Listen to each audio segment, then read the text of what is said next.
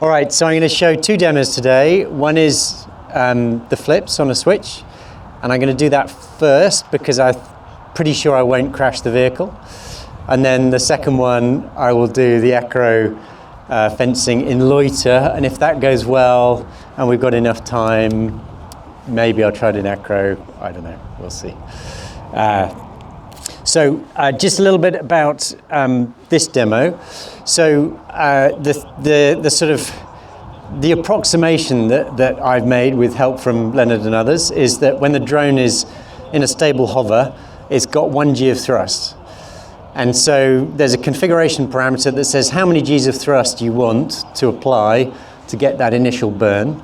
And basically it multiplies the throttle at that hover to get that thrust. I can't use the actual hover throttle that's learned because it's too high. That sort of bottoms out at 0.125 and this hovers at 0.09. So I have to configure that as well. So this is configured for 2 G's of thrust. And I'll do 1 flip, 2 flips, see how 3 flips go, and then, take it from there. All right.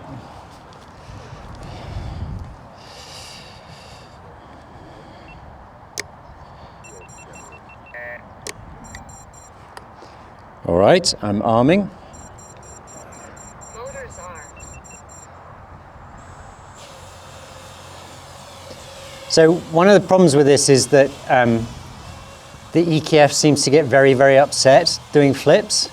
And so there's sort of a time limit on how much it's willing to accept before it sort of I'm going to take it out a little bit. All right, go up a little bit. Okay, so this hopefully is 1 flip. So I'm just going to flick the switch once. Guided flight mode. All right. And then it should navigate back to the starting position.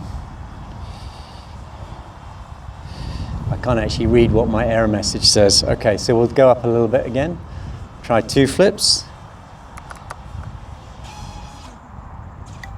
Guided flight mode. Battery at 90%. And then, so one of the things it's doing is the flip itself is rate only. So we're applying a rate and sort of calculating how long you need to apply that rate for to get the number of rotations. And then when it detects that it's past the 180-degree point on the final flip, it returns to attitude mode, and that's the one that brings it in for this very abrupt final thing. All right, 3. Guided flight mode.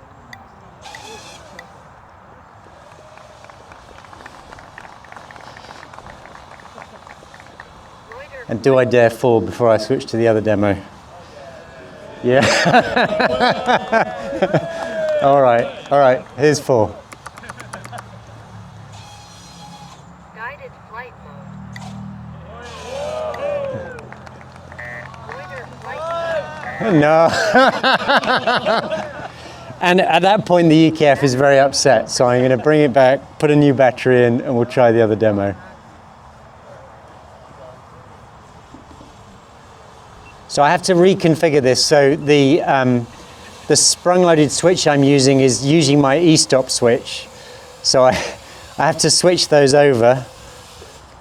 But for the other demo, I definitely want e-stop somewhere where I'm familiar with. So I'm just going to reconfigure the copter. All right, so this time I'm going to do the Acro fencing code.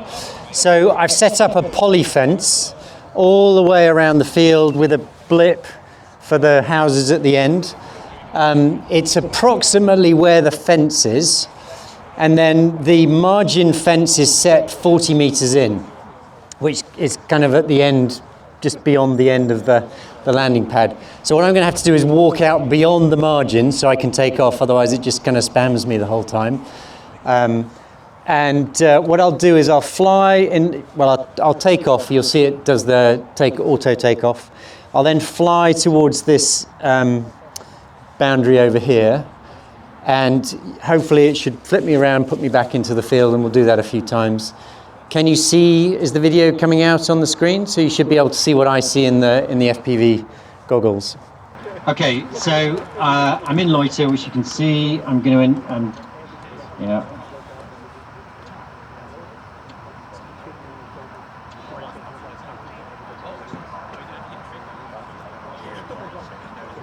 Right, checking e-stop works. All right, I think we're good to go. So I'm going to enable Acro fence, which should be this one. And then I also have kill scripting on a switch in case things go horribly wrong. So no safety expense spared.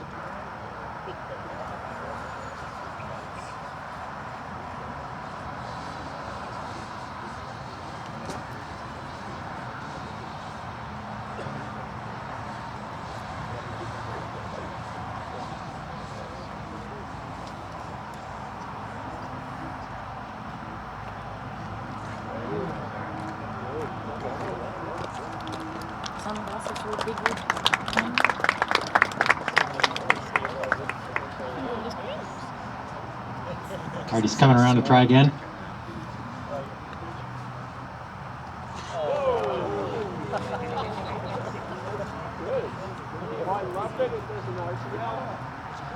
He's to the other side now.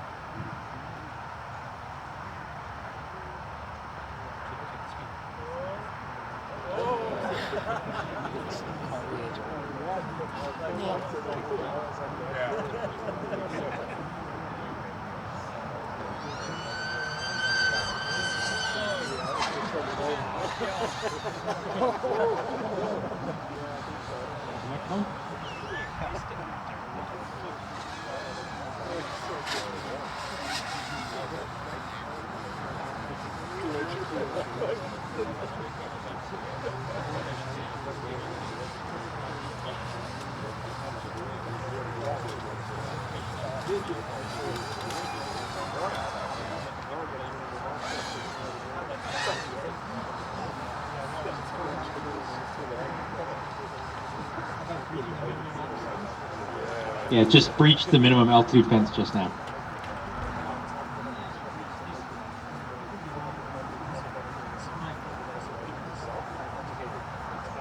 I took it too close to us. I think it breached the fence in this direction. I should have known better. It's landing where it took off from, which is the right thing to do.